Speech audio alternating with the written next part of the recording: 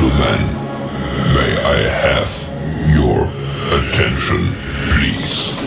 The show starts in 10, 9, 8, 7, 6, 5, 4, 3, 2, 1, go.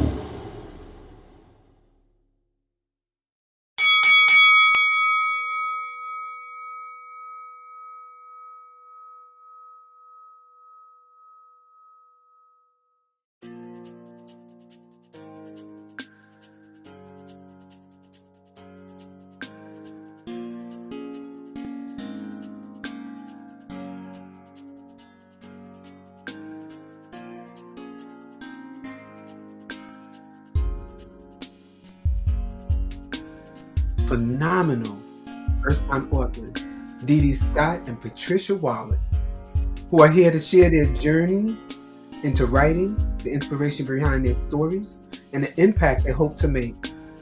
Dee, an adoptee from the Bronx, New York, so you know I'm going to be whoop whoop because that's New York, and it's the Bronx. She has contributed her deeply personal story to From Their Eyes anthology, offering a heartfelt look into her experiences. I'm telling you, I've spoken to Dee, and there's some experiences that, whew. Meanwhile, Patricia, an award-winning author, see, I told you I had a good lineup for you. She has captivated young readers with Christopher's Time Out. Now, let me tell you, I need Christopher's Times Out in my house because I got some little ones. But this is a children's book that delivers valuable life lessons in a fun and engaging way. Tonight, we'll dive into their creative processes, the challenges and triumphs of writing, and what's next on their literary journey. You won't want to miss this conversation. So grab your favorite drink, get comfortable, and let's get into it. Please welcome Dee and Patricia to Basic Black After Dark.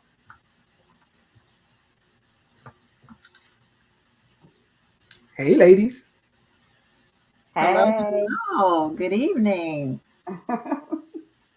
Oh my gosh, I am so super psyched that you ladies have joined me tonight. And when you said yes, I was like, yes, two, not for the price of one, but two.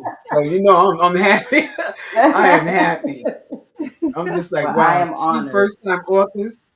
I would say fresh meat, but I'm not gonna call you ladies meat. I am so happy to talk to first time authors because sometimes, don't get me wrong, the other authors that come on here, I love speaking with them as well. But now I have two who are straight out of the box, who can just about tell me exactly how they're feeling, not something that they have said over and over and over again. And they get a little tired of saying it. But here they can say it here, first here. So Dee, tell us a little bit about yourself and your journey to becoming a first time author. What inspired you to start writing? Wow. Well, what inspired me to start writing? Well, it seemed like every time I shared my story with anyone, they would immediately tell me I need to write a book. And I was just like, I'm not a writer. I don't think so. I can tell you my story better than I can write it. That's what my thought process was. So I was like, I don't think I can do that. But of course, when God tells you it's time to do it, you have to do it. And of course, Right. He laid it upon Latanya to hit me up and say, "Okay, we're doing an anthology on the adoption. You want to do it? Yeah, let's do that." And then I get off the phone with her and say, "Father, what am I doing again? What is happening here?" He said, "It's time. It's time." I said, "Okay, well, let's get to writing." And it just happens to be. It's actually therapeutic. It's actually therapeutic. I have Wow. found it to be. Yeah. Some people have said that the writing has become therapeutic for them, and it was something that they hadn't planned on doing, but now that they're into it, they're really into it. They're Yes, really ma'am. into it. Wow. Yes, ma'am. Patricia, congratulations on your 2024 Distinguished Authors Guild Award and the Book Fest win. Now, let me tell everybody the Distinguished Authors Guild Award, it's going on for 2025. And you haven't entered it yet. I think there's still time for you to get involved and enter Yes, it. it is. So it's called the DAG Awards, but it's also the Distinguished Authors Guild Awards. And you can go on my page, you may see it. You may just pop in Distinguished Authors Guild. You may go on Patricia's page. You may see it. There's so many DAG Award winners that DAG. They're all over the place. They influence your journey as an author. So, first of all, thank you so Patricia. much. Thank you so much for allowing me to be here tonight on your platform. And congratulations to you on being named an International Impact Book Award winner. So, kudos to you for Thank what you're you. bringing to the Yes, table as well. congratulations. Absolutely. Thank you So, so much. so regarding the awards, they've allowed me to walk this writing journey with more confidence. The recognition, it's given me a perspective in the sense of how this journey is bigger than me and how writing has the power to reach others in such an impactful way that I didn't realize that that could be an outcome. And so this for me has solidified that my book has connected with my intended audience and that I am on the right track.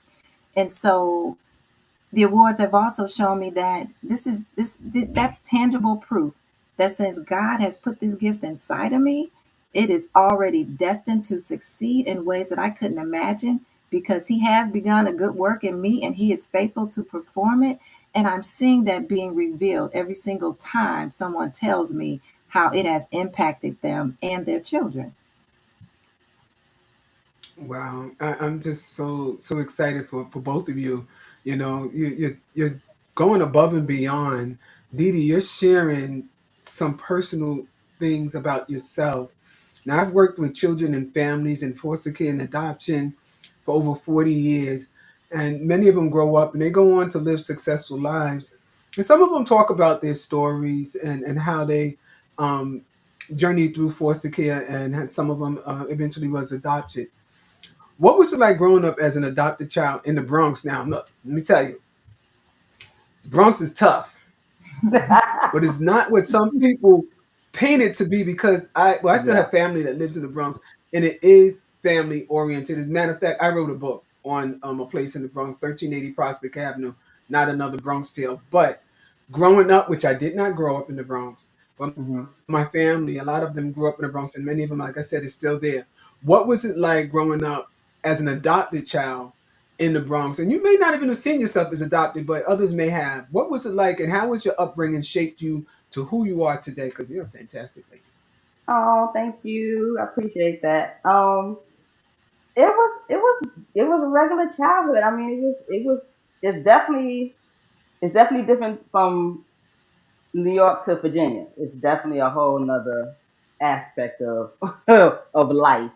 So it was good. I mean, my adopted parents got me when I was 2.5 years old, and I wasn't officially adopted until I was 8. Me and my other sister were adopted together, and the reason why I was memorable because I had the chicken pox that year. So, but it was good. I mean, I love New York. I love the Bronx. You didn't feel like you stood out. Being I'm disabled, I have spinal bifida, I have hydrocephalus. In New York, you don't stand out. It's like a melting pot. Everybody's just everybody. And so coming from there to Virginia, Everybody doing their it's a thing. whole nother ballgame. You stand out in Virginia. Mm. So yeah. But So I mean my parents were you great. My left New parents York loved at me. what age did you leave? My parents retired and we What moved age did you leave here New York? about 15. I was about 14 or Oh 15 years wow! old. So you really did grow up in New York. Yeah. You really did grow up in New York. Yeah. And Now it was you a mentioned shock because something about the chicken pox, and that's is well, yeah. Leaving New York is a shock to anybody's system because I'm still shocked at where I'm at. I'm gonna tell you, I cried for the first 6 months I where I'm can at because understand I it. thought I was in Compton. I can And understand. it's sometimes I still wake up and say, I can't believe I spent all my life here. I really can't. But hey, it is what it is, and what are you gonna Yes, do? ma'am. What are you gonna do? But you had mentioned something about the chicken pox, and I'm gonna go off a little bit because I remember when I had the chicken pox. My niece, whatever she had, she brought home and gave it to me. Did you get the chicken pox first, or did your sister get it? No, I think I got it first. From what I can remember, and the reason why it was so memorable to me and funny how God did that is because the day we had to go to court. My mom basically was trying to stop me from scratching. That's all I can remember. She was trying to make sure my hands would not scratch. So I just remember going to the courthouse and the judge asking me, do I want to be in this family? And I was like, yeah, that's the only thing I really remember saying yes. And that's it. And then when we got back So, home, and I went straight to bed. so all right, it was a long day. How did you come to be part of the From Their Eyes anthology, and what made you want to share your adoption story? Okay, well, Latanya was a part of it at first, and they were looking for some more writers.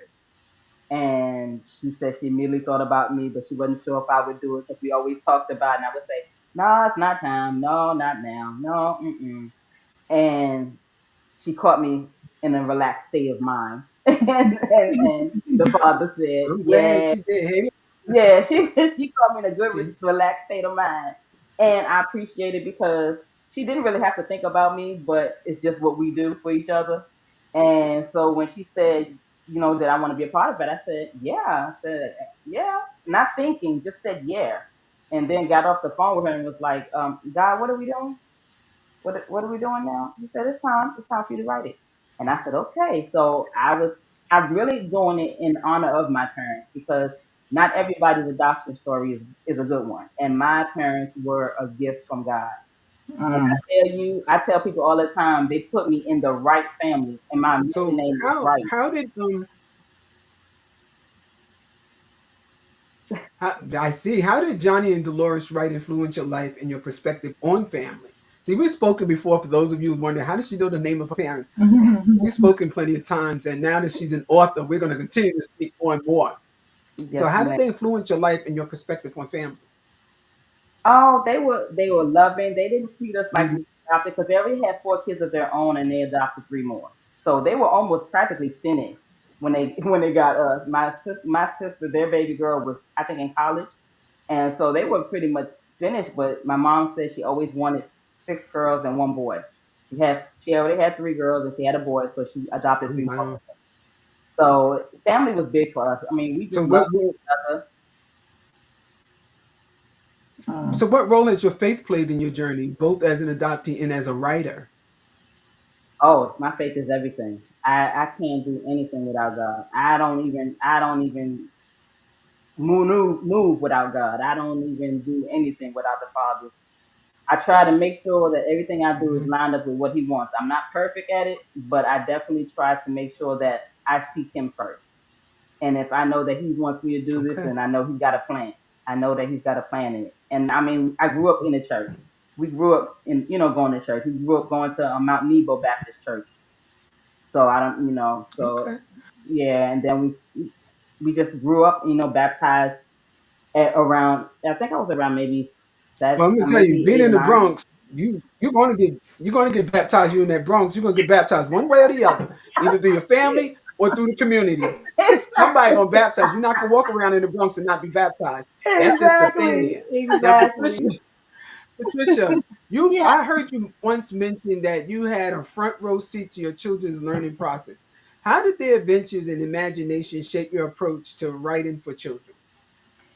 So I paid a lot of attention to the kids' emphasis on trying to engage their classmates' attention. So my book is about a little Mhm. boy who wants to act a fool and be the class clown in class, right? So he wants to perform in front of his friends. So I was always paying attention to that, either with my son Okay. at home and my older son Jordan Christopher Wallace is the inspiration for the book, and so I was paying attention to what he was always trying to do and trying to engage his friends' attention. And I became a substitute teacher, and then I saw how the kids were acting in class. They're always trying to get their peers' attentions.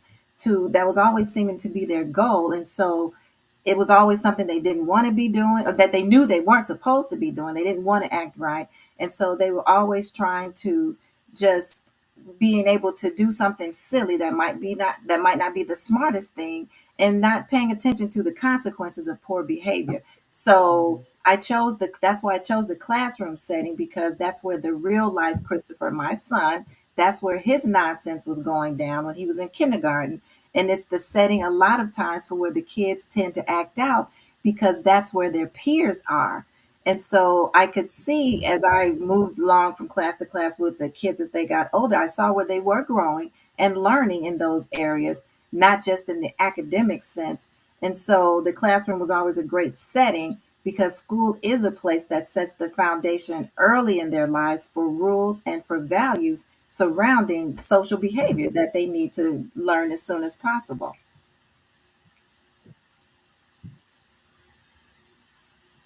Exactly. Exactly. How does your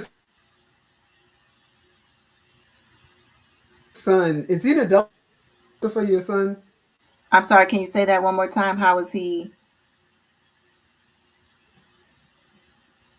I was wondering if Okay, I can hear it. is he an adult or is he still Oh, a he's an child? adult. Oh, he's an adult now. He's an adult. He's like grown. So, Is your and son an what was your adult? question? How old Writing is he?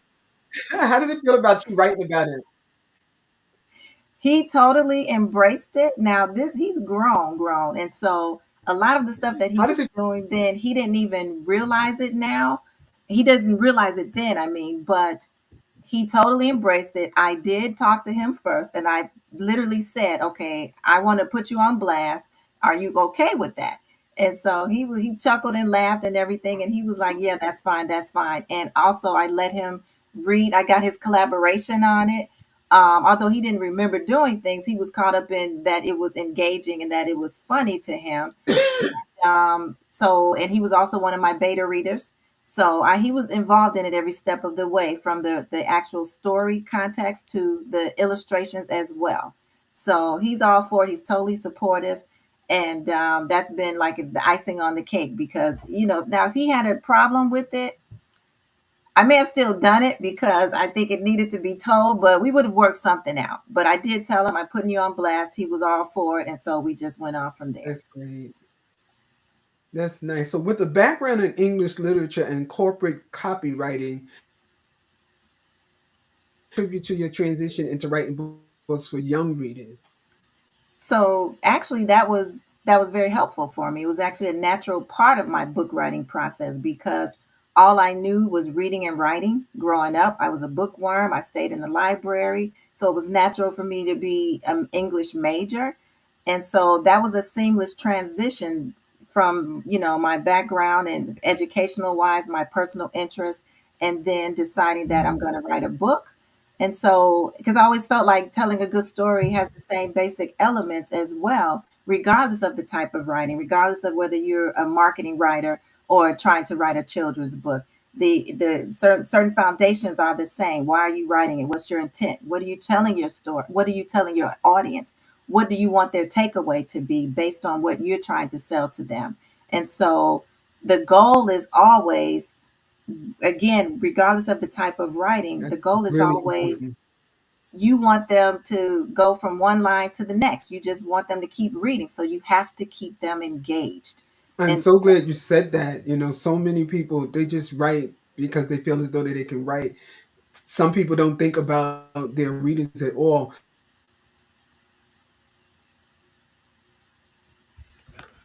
But you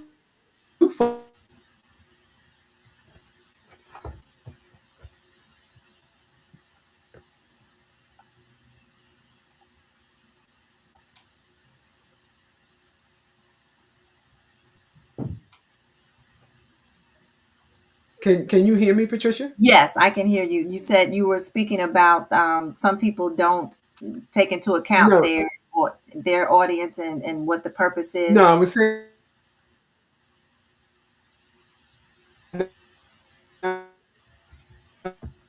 I was saying that Oh, it's not you coming. focus. Can you hear me? It's going in and out. I was asking how do you balance education and, and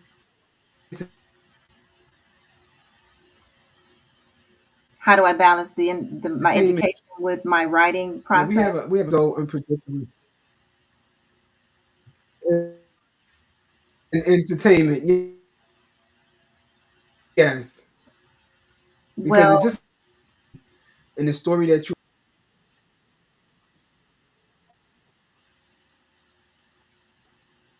So just trying to create that formula for, because it's a children's book. I started out with the engagement part, the entertaining part. That begins with, even before I put the work down, what's attracting people to a children's book most likely is the illustration. So it had to be colorful, it had to be engaging. You had to see what was going on to want to open it up and read about what's going on. So I set the foundation that way, and then told a little funny stories about, a few incidents about what he was doing in class, and then laying the groundwork for the lesson that had to be learned. Okay, if you keep acting a fool in class and not doing what you're supposed to be doing, there's a time and place for everything. Somebody can get hurt. And so that get weaved in. I got weaved in. One of his imaginary friends got hurt in a dream sequence. Right. And then at the end, he learned that, okay, that I can do what I do, the things I can be funny and silly and everything, but there's a time and a place. And then you can continue on to still exhibit the proper behavior that you need to exhibit at the proper time. And so just understanding how to weave those different elements in there together to hold the intention to engage and hold the attention of your intended audience, which, kids are very Right. attentive when it's something that strikes their interest.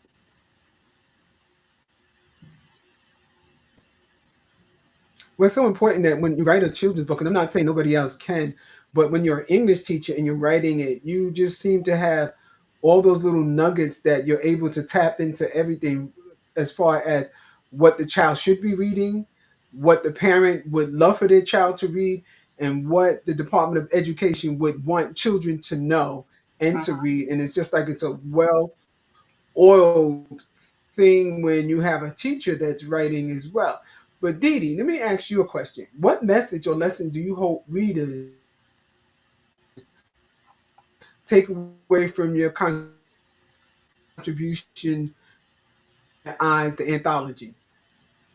I would hope that they would see that not everybody's adoption story is a bad one, that there are good outcomes, there are great outcomes, and that if you're thinking about adopting, thinking about fostering, you should do it. If you have love in your heart for a child, you should do it because there are so many kids out here that need that kind of love and upbringing. And I just wanted to basically honor my parents in that writing.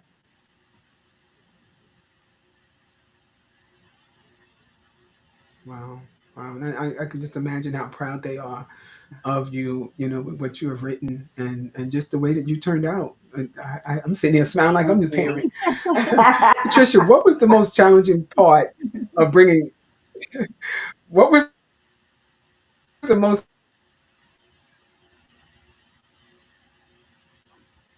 The most challenging part of challenging bringing amounts like the most challenging part of bringing it to putting the story together. Christopher's times out? Right. So actually the most challenging part, Yes. it wasn't it wasn't the storytelling. I'm saying because you lived with your son, you knew how he was in school. Right. I knew how he was in school and all of that. And so putting it together, it wasn't the writing part because he fed me. He like overwhelmed me with the material because of all the nonsense.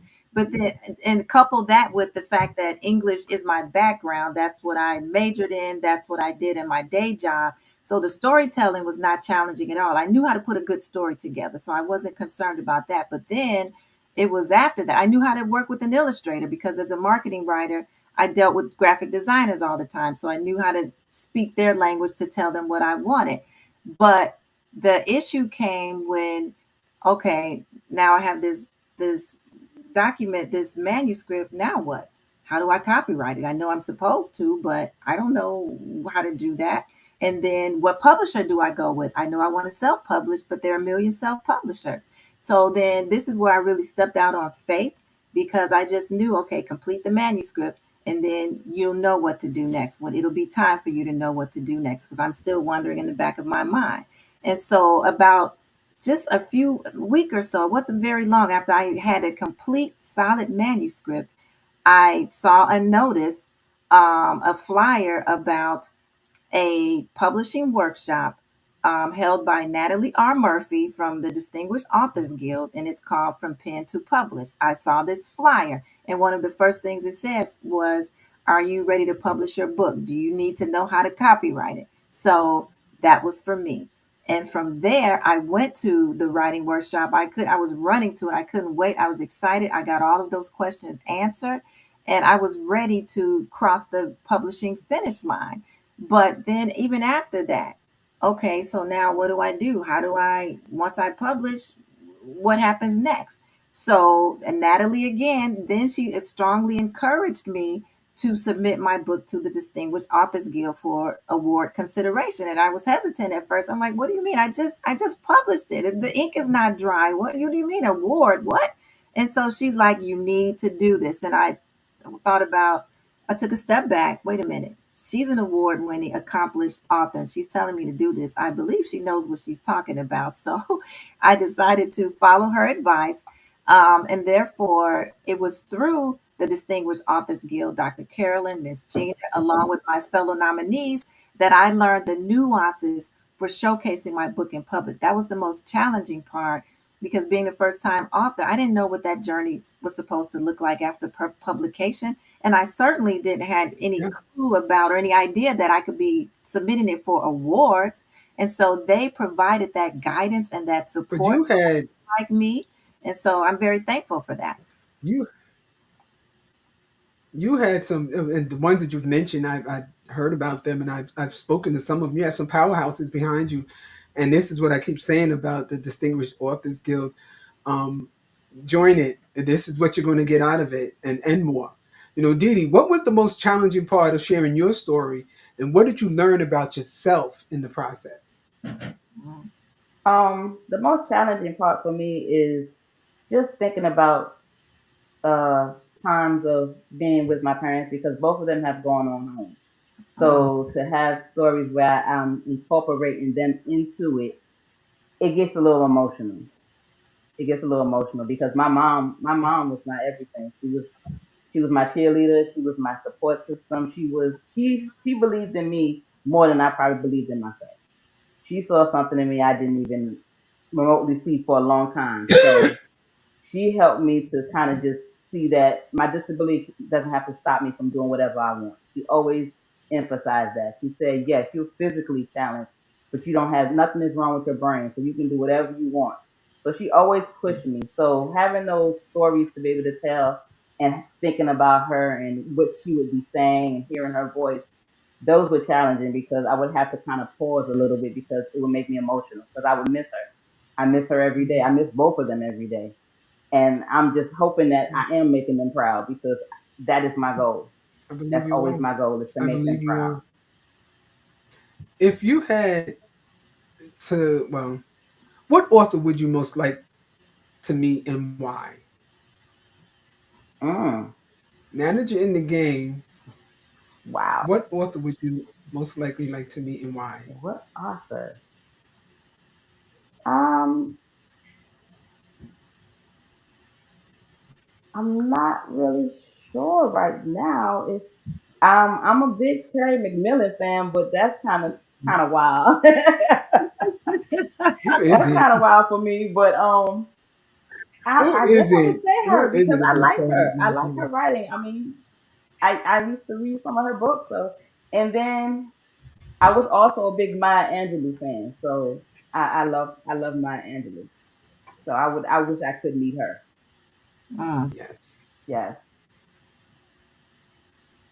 Patricia, how about you? What author would you most like to meet and why? I would love to meet Michelle Obama. I enjoyed her book. I thought it was exciting. It was insightful. See, now wait a minute. She's more than an author. She is more than an author. So she's in But just I about just every mean, category. I right, right, love that you right. love to have her, but she's in so many different categories we can throw her in. But her book really captivated me. That's when I Hmm. felt like once I read her story, you know what I mean? You saw her on the big screen, you saw what she's doing in front of the public eye, but to hear Mhm. her personal, journey in life, and how she didn't want to be in the political scene, and all of that. And she was a Chicago girl.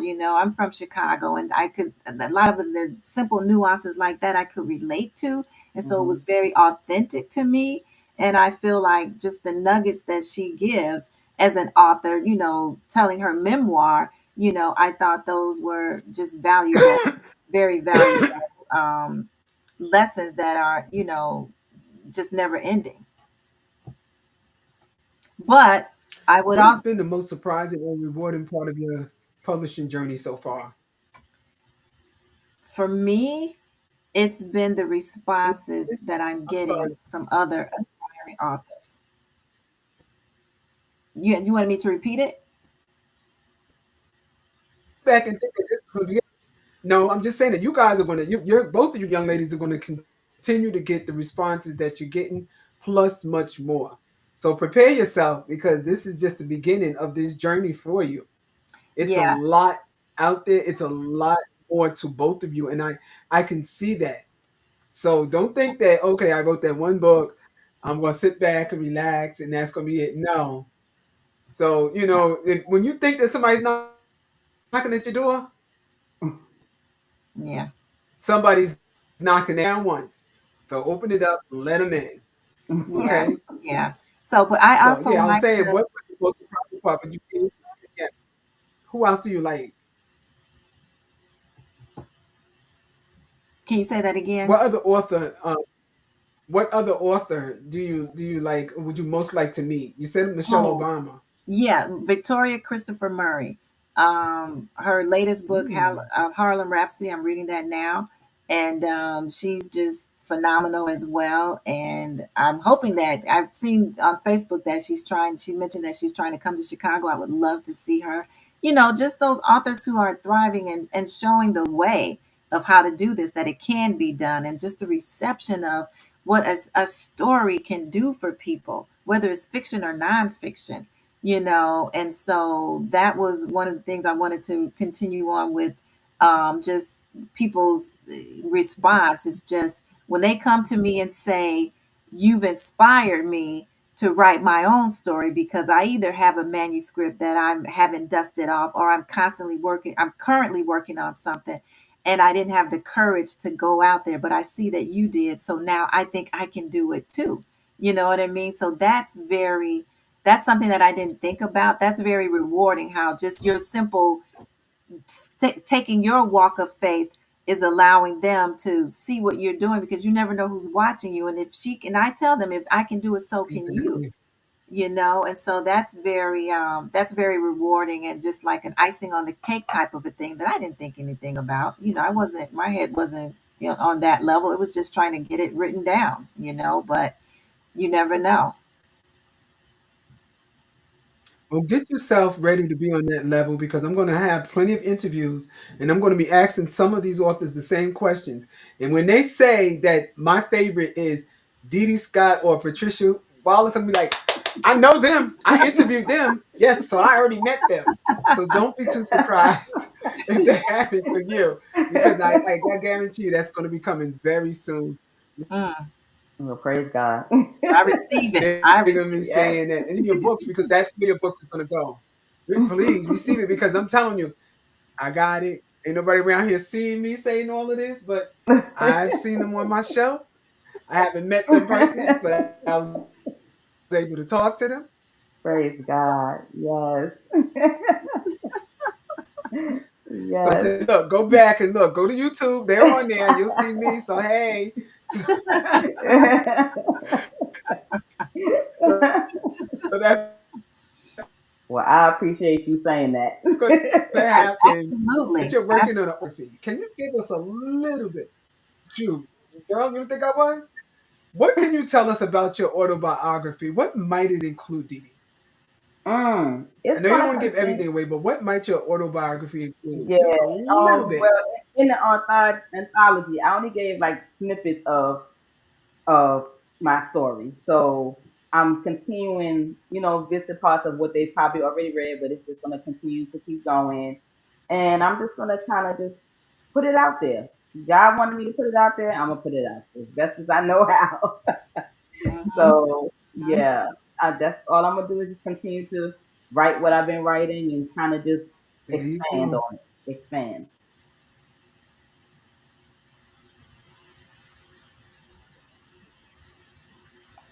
Well, be comfortable with whatever you're writing because that's the key in this whole thing. Be comfortable in it. What advice would you give to someone who was considering sharing their personal story but might be a little hesitant or afraid to do so, Didi? Pray about it first. Mm. I'm big on prayer, so let God lead you. And then just step out there because like my friend told me, she said you never know that your story is the story that could save someone. And I never thought about it like that. I Yeah. never thought my story would have any major impact. I just shared my story because I felt blessed to grow up in the family I grew up in. But my story can help someone, can encourage someone. So that's my goal is to encourage others to just put it out there. You have a story to tell. Everybody has a story to tell. Everybody has a story. So it's just taking the step of faith to put it out there. Mhm. So, Patricia, what advice would you give to aspiring authors, particularly those writing children's books and about creating and engaging impactful stories? I would tell them very similar to what Dee Dee said, write from your heart. Know your audience. You're writing for children. You have to know what, well, with any audience, that's for sure. But with Hmm. children, attention span, a lot of times you got to be mindful of certain things and that the importance of the written word along with the illustrations, that is key. So know your audience. Don't be afraid to take chances on how you tell your story because that's your story. Excuse I me. would tell them if you're compelled to write it, that means that you do have an audience that will be compelled to read what only you have to say, how in a way that Mhm. only you can reach them.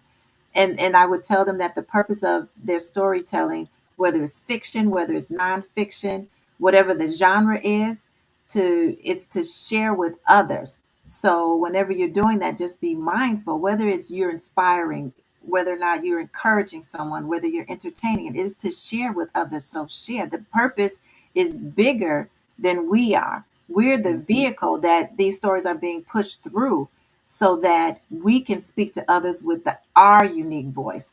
So I would tell Mhm. them to be mindful of those things. Go for it because you have nothing to lose. You have nothing to Mhm. lose. Right. Right. So, what's next for you, Patricia? Can readers look forward to more adventures with Christopher, or do you have a new project coming out? Well, since I was asked from the beginning what's next from Christopher, even before the ink was dry, yes, I do. I'm working on something. Apparently people want to see what he gets into next. So I'll have to collaborate with the real Christopher. And but yeah, I do have something in the works regarding his next learning experience, so to speak. Because I have a formula there, and it seemed to be well received. And again, he gave me plenty of material, him and his classmates, and and I have and my other children as well. So Wow. yes, there's Does it look like you're definitely gonna be writing something. for a while? I love it. I love it. I'll take that. So yeah, there is a next I see. installment for Christopher. So all I can say is stay tuned on that.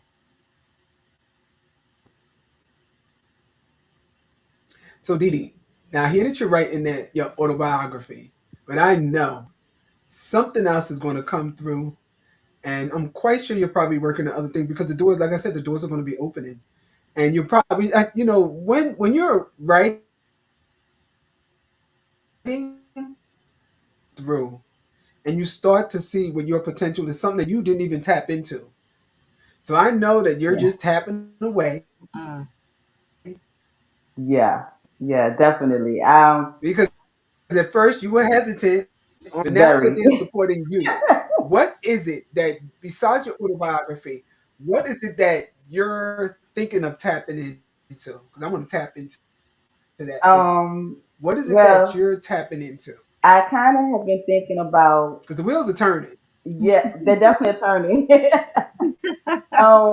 I've also thought about, and I've been praying about it to see where God wants me to go with that. But I've dealt with suicide and suicide thoughts in my life, and so I want to basically do maybe a self help book to kind of help others to encourage them to keep going, to keep pushing. Wow. So I'm kind of trying to figure out if I want to do that or um just encourage other people who have disabilities to keep pushing forth. Just like my mom did with me. There's nothing Wow. there should be nothing to stop you. If you want to do it, you can do anything you put your mind to. Is what she would always say. So I just want to be able to encourage people because I feel like that's one of the things God has me here for, is to encourage. Mm-hmm. So that's definitely Have those are you two major thought things about I'm reaching thinking out? about afterwards. Have you thought about reaching out to maybe the adoption agency that you came from and letting them know who you are, that you're a famous author, and that you can come and do speaking engagements for them? But it's funny that you would say that. That's Growing up, we came from, and most people would think that it's kind of interesting, but the Salvation Army. That's where me and my sisters came from. So it's like I don't even know if they're really doing that anymore. But I have reached out to some other foster care systems to let them know about the book and things like that. I haven't got too much hit yet, but I'm waiting for God to do what He's gonna do because I know He got a plan. So yeah, I would like to do that. they I would have love that. so many support groups for foster parents, and there's some that you can join and let them know who you are. See, Get me out there, Auntie. I tried. No, they kicked me out. They kicked me out because, and I understand why. Because I'm a social worker, and I couldn't Hmm. belong to the group because they was going to be talking about things that I Yeah. shouldn't hear.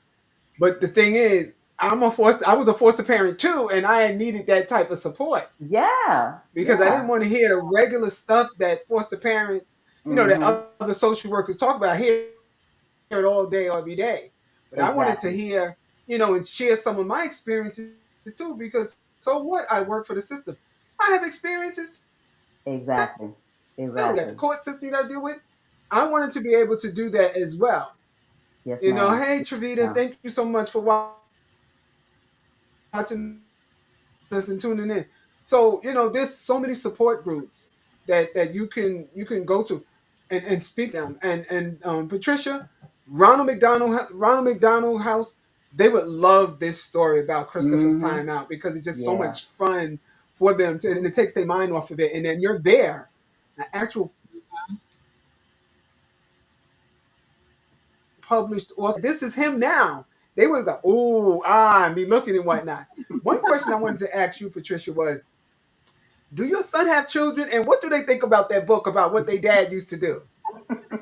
Well, no, he doesn't have children yet, so we will have to Oh, you let the better watch jury, out. we have to put that on hold, but again, Oh, he that's was fine. he was excited about it, and my family members were all just like, yeah, that's definitely what he used to do. So everyone was very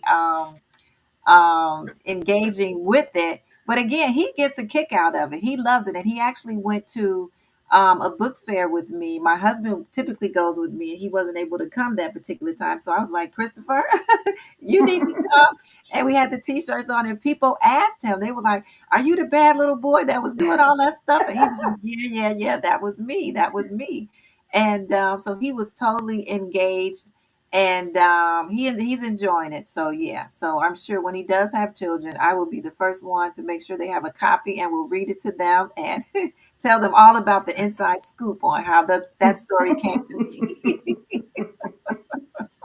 Oh wow, that is so funny. So, ladies, tell me what it was like.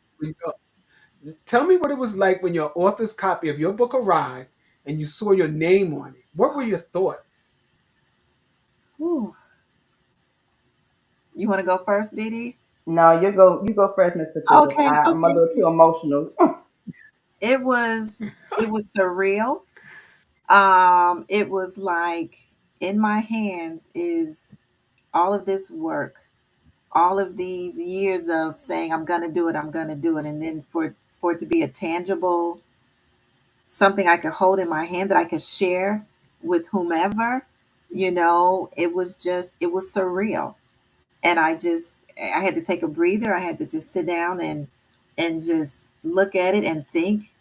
I was thankful, of course, very, very thankful for the opportunity to get it across the finish line. And then it was like, okay, then it really started to settle on me like, now you really have to go out there and share this. You know, you've written it down. You have to make sure that people do what you can to make sure they see it and they can engage with it. But it was very surreal for me. And I had to really just sit.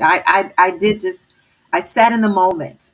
I didn't rush the moment. I sat there with that because there's never a first time receiving your first author's copy, of your first book. So, yeah, I sat in it and I just relished what that meant for me.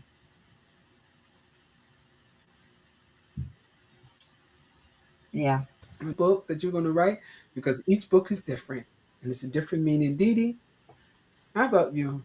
yeah. What were your thoughts when you first got your book and you saw your name on it? Whew, my goodness. Well, I immediately called Latanya because that's one of my best friends, and she kind of, was on the phone with me when I opened the box, and I just started crying because I was just like, God, you did that. You did that because I just did not see me as author in front of my name or Mm, behind my name. And so to see my name on a cover was very, very emotional. And then I just immediately thought about my parents and I thought about my mom. And I just knew that if she was here, she'd buy every copy and send it to everybody she know. And then she'd go tell them to go buy copies. And then, and then everybody got to get a copy and da da da da da. And it's my baby girl. So it was very emotional because I could literally almost see both of their faces smiling. I could literally see them smiling. And it was just like, okay, God, this happened. I am an author. Them And and I never saw that. you put a picture of both of them on. You take your book and you take a picture of them and you put it on both sides and you let it like kind of face the book. There you Whew, go. There you go. They're whew. forever looking at your book. And it's Yeah. gonna be okay because you're gonna write Yes, many ma'am. more. Many more. They're gonna wow. Thank always you. be with you when you do your journey. So Yes, ma'am. you're Thank gonna be y'all. fine. So ladies, you no, please, thank you. How can listeners and viewers connect with you?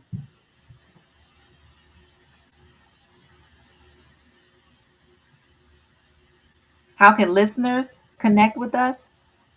You about viewers, yes. How could they connect with you? If they want to get in contact with you to talk to you about it or to have you come in and do a book signing, how could they reach you?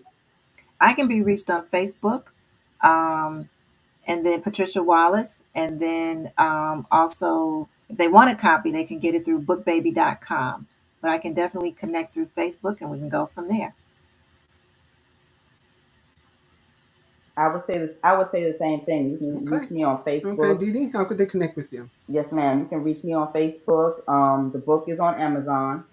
And like she said, you can, DM me and you can get the book off of Amazon. And yeah, just message me, DM me, let me know. And we can go from there. Hmm. Wow. This has been an absolutely inspiring conversation. I want to give you a huge thank you to Dee Dee Scott and Patricia Wallace for sharing their journeys, wisdom, and personal stories with us. And of Thank course, you. be sure to like, share, you're so welcome, and subscribe so you never miss an episode of Basic Black After Dark. You can catch us on Twitch, Facebook, YouTube, and LinkedIn. All of the links are going across the bar right now. Thank you all for tuning in. Join us on March 7th for National Reading Month with my guest, Veronica Randolph. And stay tuned for our panel discussion. We're going to have something coming up new with Basic Black After Dark. It's called Cracks in the Surface, Strength in the Core, Not Easily Broken. It's coming Mm, soon. Until next time, remember your story matters. Your voice is powerful, and the best is yet to come. And that goes for you, ladies. Thanks Right. for keeping it basic. Good night, everyone. Thank you.